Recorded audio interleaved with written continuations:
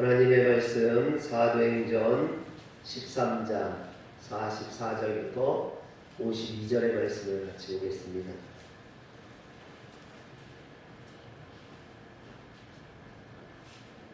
제가 갖고 있는 성경은 신약성경 210면, 211면에 있습니다. 같이 교독하겠습니다.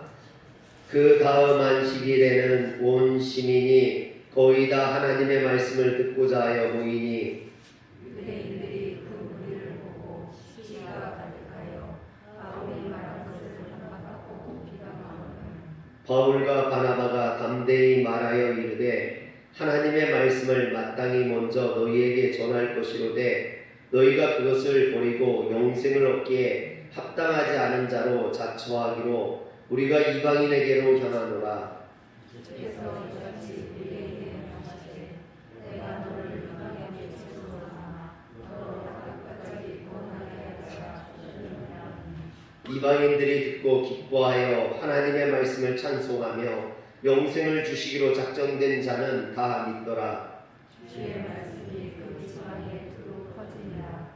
이에 유대인들이 경건한 귀부인들과 그 신의 유력자들을 선동하여 바울과 바나바를 박해하게 하여 그 지역에서 쫓아내니 두 사람이 그들을 향하여 발에 때를 떨어버리고 이고니온으로 가거든. 제자들은 기쁨과 성령이 충만하니라. 아멘. 할렐루야. 버가에서 흉토병에 걸린 사도 바울은 목숨을 걸고 험산길령 타우르스 산맥을 넘어서 비시디아 안디옥으로 왔습니다. 그리고 안식일 날 유대인 회당에 들어가서 영원히 썩음을 당하지 아니하신 예수 그리스도의 복음을 전했습니다. 사도 바울의 설교를 듣고 감동을 받은 유대인들은 그 다음 안식일에도 다시 와서 설교를 해줄 것을 부탁했습니다.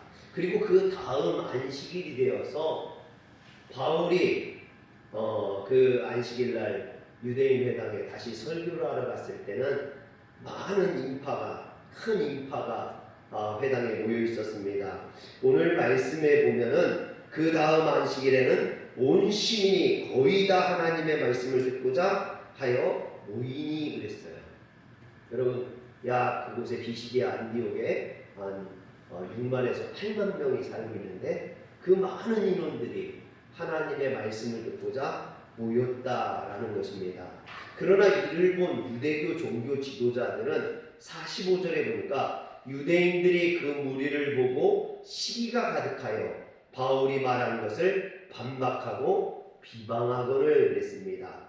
또 50절에도 보면 이에 유대인들이 경건한 귀부인들과 그 신의 유력자들을 선동하여 바울과 바나바를 박해하게 하여 그 지역에서 쫓아냈습니다. 즉 바울을 시기하여 바울의 말을 반박하고 그들을 비방하고 말씀을 전하는 것을 방해했을 뿐만 아니라 다시는 말씀을 전하지 못하도록 유대인 회당에서 쫓아냈다라는 것입니다. 이에 바울은 46절에 보니까 바울과 바나바가 담대히 말하여 이르되 하나님의 말씀을 마땅히 먼저 너희에게 전할 것이로되 너희가 그것을 버리고 영생을 얻기에 합당하지 않은 자로 자처하기로 우리가 이방인에게로 향하노라 했습니다. 바울의 선교는 지금까지 유대인들을 우선으로 여겼습니다. 여기 보면 46절에도 이야기하고 있죠. 하나님의 말씀을 마땅히 먼저 너희에게 전할 것이로되 그랬어요. 즉 유대인에게 먼저 복음이 전해져야 된다 이런 말이거든요. 왜 유대인에게 복음이 먼저 전해져야 됩니까? 그것은 유대인이 선민이기 때문이겠죠. 하나님께서 선택하신 백성이기 때문에 그들에게 먼저 복음이 증거되어지고 그들이 먼저 구원받고 그들을 통해서 이방인들이 세계 땅끝까지 이르러서 주의 증인이 되는 그런 사명을 살아야만 합니다. 그래서 바울과 바나바도 전도여행을 다니면서 먼저 유대인들에게 복음을 전했죠. 먼저 유대인 회당을 찾아가서 유대인들에게 복음을 전했다라는 것입니다. 그런데 선민인 유대인들이 먼저 베푸신 그 주님의 사랑과 은혜의 소중함을 그런데 깨닫지 못했다라는 것이죠. 예수 그리스도를 통한 구원의 복음의 그 가치를 몰랐다라는 것입니다. 여러분, 아무리 귀한 것을 줘도 그 가치를 모르면 어떻게 되겠습니까? 마치 돼지에게 금목걸이를 걸어준들, 아니면 아주 비싼 그런 진주 다이아 목걸이를 걸어준들, 돼지가 그걸 모르면 아무 소용이 없는 거죠. 유대인들에게 지금 하나님의 귀한 예수 그리스도의 구원의 복음이 증거되어졌지만 그들은 그것이 귀한 것인지 어떤 것인지 알지 못했다라는 것입니다. 오히려 하나님의 복음을 외면하고 배척했죠. 이처럼 유대인들은 하나님의 은혜와 구원을 자기들만의 것이라고 생각하고, 이런 편협한 이기주의가 인간의 몸을 입고 오신 그 예수 그리스도를 핍박하고 예수 그리스도를 십자가에 못 박아 죽이는 그런 일을 하고 말았던 것입니다. 뿐만 아니라 지금 제자들을 통해서, 사도 바울을 통해서 전해진 그 복음마저도 받아들이지 아니하고 비판하고 배척하고 내쫓았죠. 결국 그들은 그 구원을 잃어버리게 됩니다. 하나님의 은혜가 유대인에게서 이방인에게로 넘어가게 된 거죠. 그래서 오늘 바울이 이렇게 이야기하는 거예요. 하나님의 말씀을 마땅히 먼저 너희에게 전할 것이로되 너희가 그것을 버리고 영생을 얻기에 합당하지 않은 자로 자처하기로 우리가 이방인에게로 향하노라. 즉 구원의 복음이 유대인 중심에서 이제는 이방인에게로 먼저 넘어갔다라는 것이죠. 바울은 복음의 주도권이 이처럼 유대인에게서 이방인에게로 넘어갔다고 선언하고 있는 겁니다. 사랑하는 성도 여러분, 우리는 깨달아야 됩니다. 오늘 우리가 먼저 교회 나왔다고 내가 이 교회의 주인이 아니에요. 교회에 내가 조금 먼저 나왔다고 내가 이 교회가 마치 내 것이냐, 그렇게 한다면 우리는 유대인들과 똑같은 그런 교만과 무엇이 우선순위인지 무엇이 중요한지를 잃어버리고 사는 성도가 되어버리고 만다라는 겁니다. 교회는요, 은혜 받은 자들의 것이에요. 여러분, 그래서 교회 안에서는요, 은혜 받는 게 중요해요. 하나님의 말씀을 듣고 그것을 깨닫는 게 중요합니다. 직분이 중요하지 않아요. 누가 교회에 먼저 나왔느냐, 그게 중요하지 않아요. 여러분, 교회는 은혜 받는 사람들의 것이에요. 은혜 받는 것이 더 중요한 줄 믿으시기를 바랍니다. 이삭의 아들 중에 에서가 있죠. 에서가 장자 아닙니까? 쌍둥이 중에 야곱이 차남이고 에서가 장자예요. 그러나 에서는 장자권을 귀하게 여기지 못했습니다. 팥죽 한 그릇에 팔아버렸죠.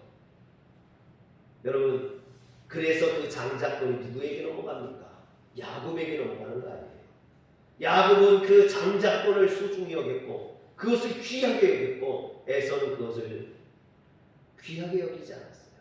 그래서 결국 에서는 야곱에게 장자권을 빼앗기고 맙니다. 아브라함의 하나님, 이삭의 하나님, 에서의 하나님이 아니라 야곱의 하나님이 됩니다. 에서가 나중에 후회하지만 소용이 없습니다. 사랑하는 성도 여러분, 우리에게 주어진 복음, 우리에게 주어진 구원의 복음, 그것을 내가 소중하게 여길 줄 알아야 돼요. 우리에게 주어진 그 하나님의 말씀에 내가 은혜 받아야 됩니다. 그렇지 않으면 그 구원을 빼앗기게 된다는 거예요. 오늘 이곳에 계신 분들은 구원을 빼앗기는 일이 없기를 주의 이름으로 축원합니다. 그런데 이때 바울은 유대인 회당에서 자신의 말을 하지 않았습니다.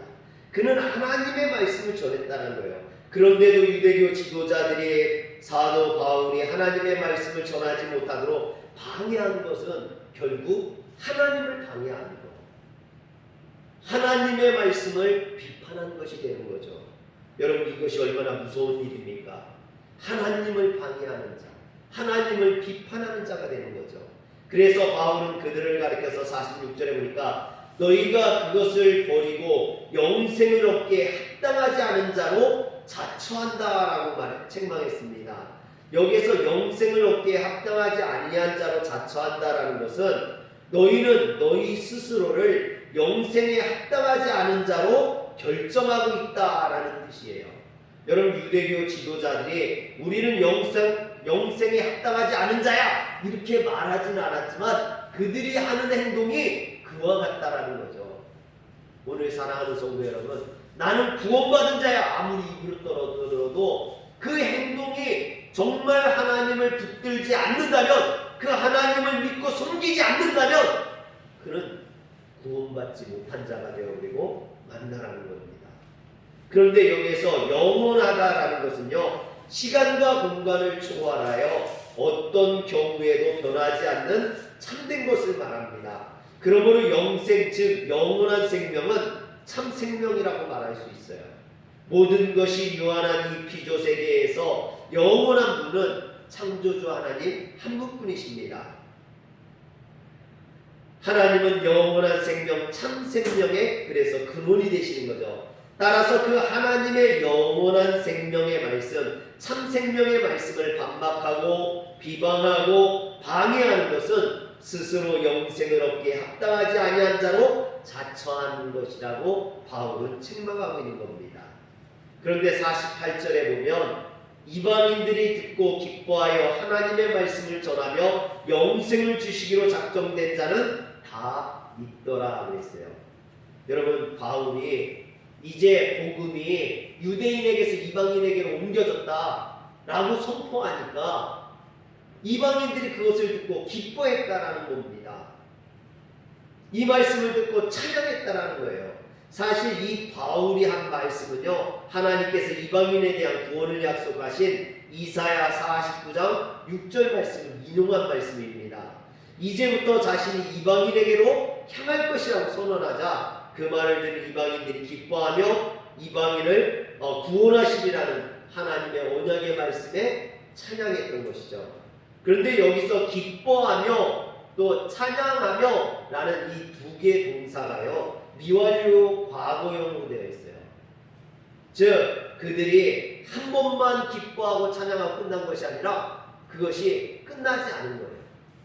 계속되고 있는 겁니다. 할렐루야. 여러분, 우리가 은혜 받는 것은요, 한 번 은혜 받은 거로 끝나는 게 아니에요. 우리는 계속해서 하나님의 말씀을 들으며 그 말씀에 계속된 은혜를 받아야 될 줄 믿으시길 바랍니다. 그런데 이런 모습은 유대교 종교 지도자들과 대조되는 모습입니다. 하나님의 선민이라고 자부하는 유대인 중에서도 하나님의 말씀에 대해 잘 알고 있다고 자부하고 다른 사람들에게 하나님의 말씀을 가르쳐야 될 유대교 종교 지도자들 아닙니까? 그런데 그들은 바울을 통해 증거된 하나님의 말씀을 듣고도 기뻐하지 않았어요. 바울을 배척하고 바울이 전하는 복음을 거부했습니다. 이 모습들이요, 마치 예수님 당시 유대 종교 지도자들이 보는 것 같아요. 그들과 다를 바가 없어요. 바리새인과 서기관들과 다를 바가 없어요. 그래서 예수님이 그들을 책망하지 않습니까? 이 독사의 자식들아, 누가 너희들은 이 말 진도를 피하러 가더냐 하면서 책망하는. 여러분, 오늘날 종교 지도자들이 깨어 있어야 돼요. 그렇지 않으면 오늘 우리 종교 지도자들도 목회자들도 여기 책망받고 있는, 또 예수님에게 책망받았던 그 종교 지도자들과 다를 바 없게 됩니다. 잘 알고 있다고, 말씀에 대해서 많이 한다고, 내가 하나님하고 친하다고 이야기하는 사람들이 오히려 하나님을 욕먹이고 하나님의 말씀을 거역하고 배반하고 핍박하는 그런 일들을 범할 수 있다는 거죠. 그러나 하나님을 알지도 못하고 멸망받고 심판받을 수밖에 없다가는 그 이방인들은 어떻게 했습니까? 바울이 전한 복음을 듣고 그것을 받아들였을 뿐만 아니라 그것을 기뻐하고 찬양하고. 여러분, 누가 하나님의 백성의 모습입니까? 지금 하나님의 말씀을 거부하고 배척하고 그러는 종교 지도자들 모습과 하나님의 말씀을 듣고 기뻐하고 찬양하고 영광 돌리는 이방인들과 누가 진짜 하나님의 백성이냐는 거죠. 종교 지도자들이 아니라는 거예요. 이방인들이 오히려 구원받은 하나님의 백성이라고 바울은 이야기하고 있는 겁니다. 그래서 바울은 그들을 가리켜 영생을 주기로 작정된 자라고 이야기합니다. 여러분 비교해 보세요. 유대 종교 지도자들을 향해서는 뭐라고 이야기했습니까? 그들을 향해서는 하나님의 말씀을 듣고도 그것을 깨닫지 못해서 버림받는 자, 스스로 그렇게 버림받는 자라고 이야기했던 것처럼 말하고 있죠. 그래서 영생을 주시기로 작정된 자라고 이방인들에게 이야기합니다. 바울은 복음을 듣고도 받아들이지 못하는 유대 종교 지도자들을 통해 향해서는 그것을 버리고 영생을 얻기에 합당하지 아니한 자라고 말하고 이방인들을 향해서 영생을 주기로 작정된 자라고 이야기합니다. 이처럼 바울은 하나님의 말씀에 대한 반응에 따라서 그들을 다르게 대하고 있죠. 오늘도 마찬가지입니다. 하나님의 말씀을 내가 어떻게 받느냐에 따라서 하나님의 구원에 합당한 자가 되느냐, 그렇지 않은 자가 되느냐가 갈려진다라는 것입니다. 그런데 비시디아 안디옥의 이방인이라고 다 믿었던 건 아니에요. 여러분, 유대인이라고 또 다 배척했던 것도 아닙니다. 하나님께서 영생을 주시기로 작정되는 자는 다 믿었다 했습니다. 즉 이방인 중에서도 하나님의 말씀을 듣고 그것을 받아들였던 자, 그것을 믿었던 자들은 구원받은 자가 됐다는 거죠. 그러나 그들을 통해 49절에 보니까 주의 말씀이 그 지방에 두루 퍼지니라고 했어요. 여러분, 어떤 사람이 구원받은 자인지가 여기서 나와요. 어떤 사람이 진짜 하나님을 믿는 사람이냐, 이게 여기서 나오는 거죠. 그들이 하나님의 말씀을 기뻐하고 찬양하는 것을 그치지 않고 바울과 더불어 그 말씀의 증인이 되었다라는 것입니다. 즉 그들은 그들에게 향한 하나님의 말씀, 하나님의 영원한 생명, 하나님의 참 생명의 통로가 되었다라는 것입니다. 그래서 그들로 인해 하나님의 말씀이 그 지방에 두루 퍼지게 되는 결과를 만든 거죠. 사랑하는 성도 여러분, 우리가 정말 예수 그리스도 안에서 영원한 생명을 얻은 하나님의 자녀라면 우리는 우리에게 임하신 하나님의 말씀, 다시 말해 하나님의 영원한 생명, 참 생명의 통로가 되어야 될 줄 믿으시기를 바랍니다. 어떻게 통로가 되었습니까? 먼저 안식일 날 유대인 회당에서 바울의 설교를 들었던 사람들이 그 설교를 듣고 나가서 전했던 거죠. 그래서 그 다음 안식일 날 많은 사람들이 모인 거 아닙니까? 이게 바로 통로가 되는 거예요. 하나님 말씀의 통로가 되는 거죠. 또 이방인들 중에 그렇게 소문을 듣고 와서 바울의 설교를 듣고 믿어서 그들을 통해서 그 지역의 많은 사람들이 하나님 앞에 돌아오는 역사가 있었다겠습니다. 이처럼 비시디아 안디옥의 이방인들처럼 또 비시디아 안디옥의 경건한 유대인들처럼 오늘 우리도 주의 복음의 통로가 되어야 될 줄 믿으시길 바랍니다. 독일의 종교학자 요하임 바흐라는 사람이 신앙의 경험의 본질을 4가지 단어로 설명을 합니다. 첫 번째는 궁극성이에요. 신앙이라는 건 궁극적으로 하나님을 체험한 인간의 반응이라는 겁니다. 이런 궁극적으로 하나님을 바라보는 것이 있어야 된다는 거죠. 두 번째는 전체성이에요. 여러분, 신앙의 경험이 하나님을 체험한 인간의 반응이라면 그 반응은 부분적으로 나타나는 게 아니라 전체적으로 드러나게 되어 있다라는 것이죠. 세 번째가 강렬함이에요. 여러분, 우리가 신앙을 경험하는 그 신앙의 경험은요, 너무나 놀랍다라는 거예요. 내가 예수를 만나고 변화된 그 변화가요, 정말 엄청난 능력의 역사라는 거죠. 그것은 잠깐 맛보고 끝나는 게 아니라는 거예요. 영혼을 결정하는 것이기 때문에 그것은 강렬하다라는 것이죠. 그리고 마지막으로 행동입니다. 하나님을 체험한 신앙의 경험은 행동으로 드러나게 된다는 겁니다. 우리가 예수를 만나고 주님 안에서 영원한 생명, 결코 쇠하거나 소멸하지 않는 참 생명을 얻는다면 이처럼 우리의 삶에 이런 것들이 드러나야 돼요. 강렬한 신앙의 행동이 드러날 수 있어야 한다는 거죠. 사랑하는 성도 여러분, 하나님의 영원한 생명, 참 생명이 오늘 하나님의 말씀으로 우리에게 주어졌습니다. 오늘 이 시간도 하나님의 말씀이 나에게 주어졌다는 거예요.